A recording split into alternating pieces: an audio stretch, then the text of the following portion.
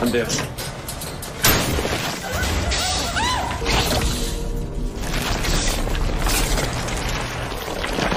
Hai guys, Fandi Keras di sini. Di video kali ini kita akan membahas sebuah film yang berjudul Sweet Home dari part yang kedua.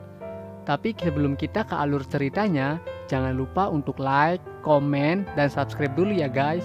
Tanpa berlama-lama lagi, yuk langsung aja kita ke alur ceritanya. Part yang kedua ini dimulai dengan diperlihatkan situasi setelah Jin-ok melihat kematian putrinya yang sangat tragis. Karena hal itu, ia sangat bersedih dan menyalahkan Eun-hyuk yang selalu menghalanginya untuk keluar menyelamatkan putrinya. Eun-hyuk sendiri, selaku orang yang dipercaya untuk memimpin di sana, juga sangat syok melihat pembunuhan tersebut. Namun apa boleh buat, ia juga harus bijak mengambil keputusan karena semua itu dilakukan untuk keselamatan mereka semua. Di dalam kamar Dusik, Jisoo dan Jae-hyun pamit pada Dusik dan yang lainnya untuk turun ke aula apartemen, seperti apa yang dihimbau oleh Eun-hyuk. Yoon-soo yang mendengar hal itu merasa tak boleh diam saja, karena dengan kondisinya sekarang, ia mungkin bisa membantu para penghuni di bawah. Alhasil, Yoon-soo, Jisoo, dan Ji-hoon pun pergi ke aula apartemen. Sementara, Dusik, Myung-soo, dan anak-anak bertahan di dalam kamar Dusik. Di kamar lainnya, terlihatlah seorang penghuni apartemen bernama Endil-sop bersama dengan perawatnya yang bernama Yuri. Setelah mendengar pengumuman dari Eun-hyuk, Dil-sop dan Yuri memutuskan untuk ikut turun ke aula apartemen untuk bergabung dengan para penghuni yang lain. Sementara di basement apartemen, Yi-kyung yang ditangkap oleh monster laba-laba ternyata berhasil meloloskan diri dengan cara masuk melalui ventilasi. Monster laba-laba yang menyadari hal itu mengejar Yi-kyung dan ikut masuk ke dalam ventilasi. Setelah pengejaran yang cukup lama, Yi-kyung pun akhirnya berhasil menemukan sebuah pintu keluar. Namun, monster itu menemukannya dan menahan tubuh Yi-kyung dengan jaring laba-laba. Kemudian, Yi-kyung pun memecahkan kaca di sekitarnya dan mengambil sebuah pecahan kaca untuk melepaskan diri dari jaring monster laba-laba. Setelah berhasil lolos, Yi-kyung berjalan tertati-tati menuju ke arah Eun-hyuk dan langsung memukulnya.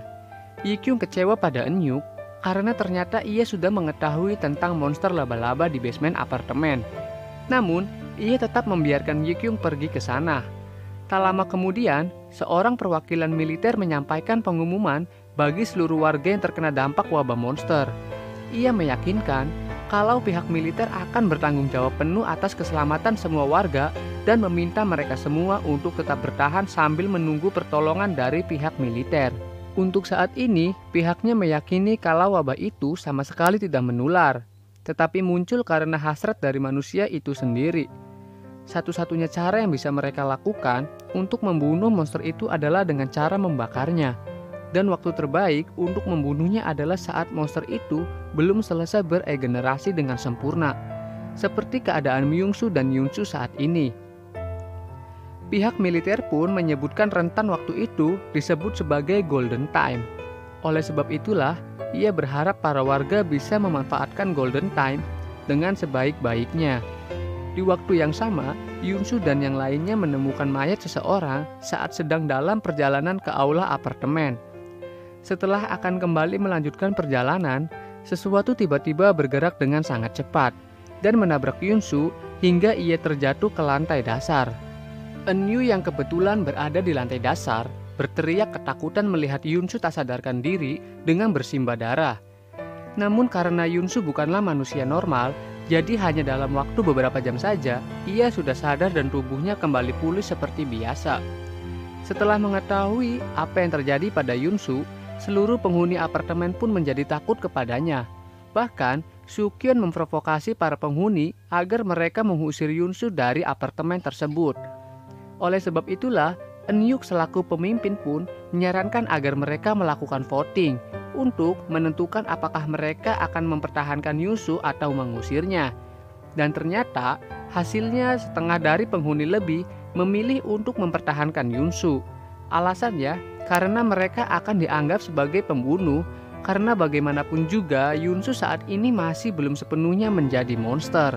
Soo-kyun yang mendengar hal itu pun tidak terima dengan hasil voting tersebut. Ia tak menyangka jika para penghuni di sana membiarkan seorang monster berada di sekitar mereka. Ia pun akhirnya marah-marah dan tiba-tiba mengeluarkan darah dari hidungnya. Hal itu pun membuat para penghuni terkejut, karena Sukyeon kini telah terinfeksi karena hasratnya sendiri. Karena hal itulah, Sukyeon tidak jadi memprotes hasil voting dan berakhir diisolasi bersama dengan Yunsu. Setelah itu, Yikyung menjauh dari keramaian karena merasakan sakit pada perutnya. Istri Sukyeon yang melihat hal itu pun mencoba membantu Yikyung dan menyadari kalau sakit yang Yikyung rasakan merupakan sebuah tanda dari kehamilan. Di waktu yang sama, Sang-wook yang keluar dari kamarnya bertemu dengan Yoon-jae di lantai bawah. Sang-wook yang melihatnya sudah bebas merasa sangat marah dan langsung menghajarnya. Dengan luka pukulan di wajahnya, Yoon-jae pun kabur ke arah para penghuni dan mengatakan kalau ia sudah terinfeksi. Hal itu dilakukan agar ia bisa diisolasi dan terbebas dari Sang-wook. Namun tanpa disadari, Sang-wook ternyata tidak lagi mengejar Yoon-jae karena ia sudah mendapatkan apa yang ia inginkan, yaitu kunci kamar Yoon-jae. Di kamar Dusik, anak-anak melaporkan kalau Myung-soo sudah terlalu lama di dalam kamar mandi. Dusik pun segera mengambil senjata dan memeriksa keadaan di dalam kamar mandi. Dan ternyata di sana, ia melihat kalau Myung-soo sudah berubah sepenuhnya menjadi monster. Dusik yang melihat hal itu merasa tidak tega untuk membunuh Myung-soo dan mencoba untuk bersikap tenang dengan mengatakan kalau Myung-soo sudah pergi dari sana. Hatinya semakin teriris tak kala melihat makanan di atas meja yang sudah disiapkan Myung-soo sebelum ia berubah menjadi monster. Sudah sekitar 4 hari lamanya, mereka semua terjebak di dalam apartemen. Bahan makanan yang semakin menipis membuat Eun-hyuk terpaksa menerapkan pembagian jatah untuk semua penghuni secara merata. Lalu, Eun-hyuk juga memanfaatkan golden time seperti yang dikatakan oleh pihak militer, di mana ia sengaja memberikan pekerjaan yang berbahaya untuk dilakukan oleh Yoon-soo. Sejak saat itu, Yoon-soo ditugaskan untuk mengambil bahan makanan atau barang-barang para penghuni di kamar mereka masing-masing. Karena di lantai atas ada beberapa monster yang masih berkeliaran. Selain itu, Eun-hyuk juga meminta Yoon-soo agar membujuk Dusik untuk ikut bergabung dengan mereka karena keahliannya sangat dibutuhkan. Saat akan melakukan tugasnya, Yoon-soo pun bertemu dengan Sang-wook yang kebetulan juga akan naik ke lantai 8. Sikap Eun-hyuk pada Yoon-soo membuat Yikyung marah karena ia seperti mempermainkan dan memanfaatkan Yoon-soo. Eun-hyuk pun menjawab kalau mereka memang perlu memanfaatkan golden time demi kepentingan bersama. Karena bagaimanapun juga, mereka tidak pernah tahu kapan Yoon-soo akan berubah menjadi monster. Eun-hyuk juga menunjukkan sebuah blog dari akun bernama Kru-Kru yang membahas beberapa hal tentang tersebut, di mana Kru-Kru menuliskan kalau virus itu tak bisa dihindari atau diobati seperti sebuah kutukan. Nama Kru-Kru membuat Yikyung teringat pada masa lalunya karena blog itu adalah salah satu milik tunangannya yang merupakan seorang dokter bernama Sang-woon. Jadi, tepat 3 hari sebelum pernikahan mereka, Sang-woon tiba-tiba saja menghilang tanpa kabar sampai saat ini. Oleh sebab itulah, blog Kru-Kru yang berisi informasi tentang virus itu dengan kasus kehilangan Sang-woon merupakan sesuatu yang sangat janggal bagi Yikyung. Sementara itu, Yoon-soo dan Sang-wook terkejut dengan kebakaran yang terjadi di lantai atas. Di sana, monster lengan panjang menangkap Sang-wook, dan monster lari cepat juga menyerang Yoon-soo. Beruntung, Yoon-soo berhasil terselamatkan karena sebuah anak panah berapi mengenai tubuh monster tersebut. Ternyata orang yang telah menyelamatkan Yoon-soo adalah Dil-sop dan juga Yuri. Tak hanya itu, Yuri dan Dil-sop sengaja membakar ruangan di sana untuk membunuh semua monster yang berada di ruangan tersebut. Kemudian, Sang-wook ditemukan pingsan tepat di samping monster tangan panjang yang sudah tewas. Dan yang mengejutkannya adalah monster tangan panjang itu ternyata telah mengumpulkan begitu banyak mayat manusia dalam sebuah ruangan. Di samping monster tangan panjang, terdapat sebuah catatan miliknya yang berisi sebuah penyesalan karena tak bisa menyelamatkan anaknya yang dibunuh oleh monster. Nah, rasa penyesalan itulah yang memicu hasratnya dan mengubahnya menjadi seorang monster. Setelah Sang-wook sadar, ia pun pergi ke kamar Yoon-jae. Di sana hatinya bagai teriris melihat bukti-bukti penyiksaan yang dilakukan oleh Yoon-jae pada anak-anak di bawah umur. Selama ini kita berpikir kalau Sang-wook adalah orang jahat karena telah menyiksa Yoon-jae. Namun nyatanya penyiksaan itu dilakukan karena dendam Sang-wook pada apa yang dilakukan oleh Yoon-jae. Semua bukti-bukti itu membuat Sang-wook sangat marah dan ingin membunuh Yoon-jae. Sementara di waktu yang sama, Yoon-soo, Yuri, dan Dilsop akhirnya sampai di kamar Dusik untuk menjemput anak-anak dan Dusik dan membawa mereka ke lantai bawah. Di dalam ruangan isolasi, Yunje menyadari kalau kunci kamarnya telah diambil oleh Sang-wook, yang artinya bukti kejahatannya kini telah terungkap. Ia pun sengaja melukai tangannya untuk membuktikan kalau ia tidak terinfeksi, agar ia bisa keluar dari ruangan isolasi. Yunje pun langsung mengambil senjata dan berniat membunuh Sang-wook, agar kejahatannya itu tidak terbongkar. Di saat itulah Sang-wook tiba di lantai bawah dengan emosi yang sangat memuncak. Yunje dan Sang-wook pun terlibat perkelahian yang membuat Yunje tewas setelah kepalanya dipalu berkali-kali. Lalu, Sang-wook menyeret jasad Yunje keluar apartemen dan meninggalkannya di dekat sarang monster. Kemudian, Sang-wook membawa jasad putri Jin-ok dan penghuni tentara agar mereka berdua bisa dimakamkan dengan semestinya. Menyadari kalau para penghuni sekarang takut padanya, Sang-wook pun menutup gerbang dan berniat pergi. Namun, Jae-hon menahannya dan meminta Sang-wook untuk tidak pergi, karena Jae-hon sudah tahu tentang kejahatan Yunje. Dahulu, seorang bapak-bapak memberikan pekerjaan untuk Sang-wook untuk mencari putrinya yang hilang karena diculik, di mana penculik itu adalah Yunje. Naasnya, karena Yunje dikenal dengan pribadi yang baik, hakim tidak bisa memproses hukumnya, dan ia pun dibebaskan begitu saja. Sejak saat itulah, Sang-wook bertekad untuk menemukan Yunje dan akan membunuhnya. Keesokan harinya, para penghuni mulai menyusun strategi dan bahkan melakukan simulasi untuk menangkap monster. Setelah itu, Yi-kyung keluar dari apartemen untuk mencari informasi apa yang terjadi pada Sang-won. Sesampai di tempat kerja Sang-won dahulu, Yi-kyung langsung mencari informasi yang berkaitan tentang virus monster. Di sana, ia membaca blog kru-kru milik Sang-won yang berisi tentang bagaimana saat Sang-won terinfeksi virus tersebut. Namun, di tengah pencariannya itu, Yi-kyung dikepung oleh polisi dan akhirnya ditangkap. Di dalam apartemen, Eun-yuk mulai memperketat setiap jadwal yang harus ditaati oleh para penghuni, mulai dari jatah makanan sampai dengan kondisi mereka. Namun, di sana Dusik merasa tidak suka pada Eun-yuk karena dinilai telah memanfaatkan Yunsu untuk menjadi pesuruh. Apalagi, tugas yang diberikan sangatlah berbahaya, hingga tak jarang Yunsu kembali dengan keadaan terluka. Sementara itu, Sukyeon kini telah berubah menjadi monster rambut. Ia pun keluar dari ruang isolasi dan mendekati para penghuni. Kemudian sang istri pun maju dan menyiapkan diri untuk membunuh Sukyeon. Momen ini memang sangat dinantikan oleh sang istri. Mengapa begitu? Karena selama hidupnya, Sukyeon selalu bersikap kasar dan bahkan menyiksa istrinya.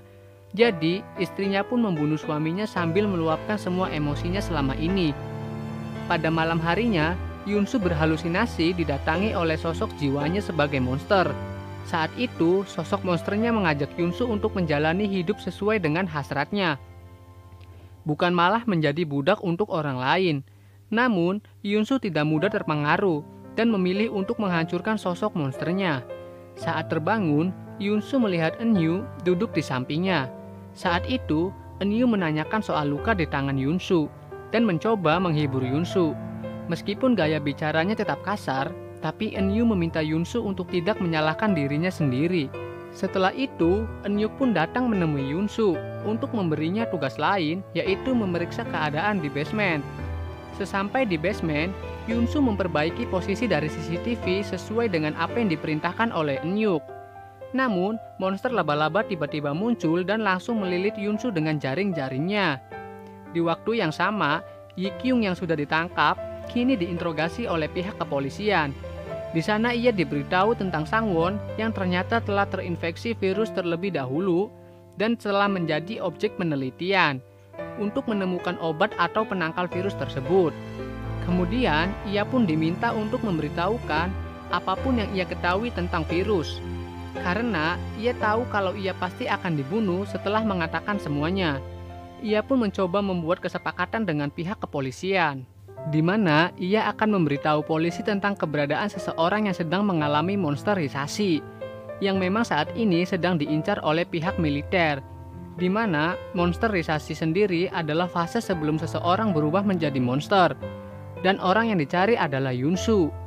Di basement apartemen, sebuah monster lumut tiba-tiba datang dan menyelimuti tubuh Yunsu, yang terikat oleh jaring monster laba-laba. Di saat itulah, Eunhyuk, Sangwook, Jisoo, dan Jihoon datang ke basement untuk menyelamatkan Yunsu. Di saat mereka sudah mulai mendekat ke arah Yunsu, monster lumut tiba-tiba bergerak menjauh dari tubuh Yunsu. Sementara itu, Dusik yang sedang memantau dari CCTV terkejut saat mendengar pergerakan dari arah ventilasi. Tak lama kemudian, salah satu anak berteriak karena sedang dikejar oleh monster laba-laba. Dusik pun bergegas mengayuh kursi rodanya untuk menyelamatkan anak-anak tersebut. Ia pun langsung menembak monster laba-laba dan bergegas kabur menjauhi monster tersebut. Namun sayangnya, Dusik kesulitan mengendalikan dirinya dan akhirnya ia pun terjatuh. Beruntungnya, monster laba-laba itu tak bisa mendekati Dusik karena terkena jebakan tali. Meskipun tak bisa menangkap Dusik, monster itu berhasil menangkap Suyong yang membuat Dusik sangat bersalah. Di waktu yang sama, setelah berhasil menyelamatkan Yunsu, Jisoo tiba-tiba mengalami sakit di bagian perut, ditambah lagi monster cepat juga muncul di basement dan bersiap menangkap mereka semua. Dan akhirnya, part kedua pun selesai. Akankah mereka semua bisa selamat dari basement? Dan bagaimana nasib Suyong serta Dusik? Semuanya akan terjawab di part selanjutnya. Terima kasih yang sudah nonton alur ceritanya. Sampai jumpa di alur cerita selanjutnya.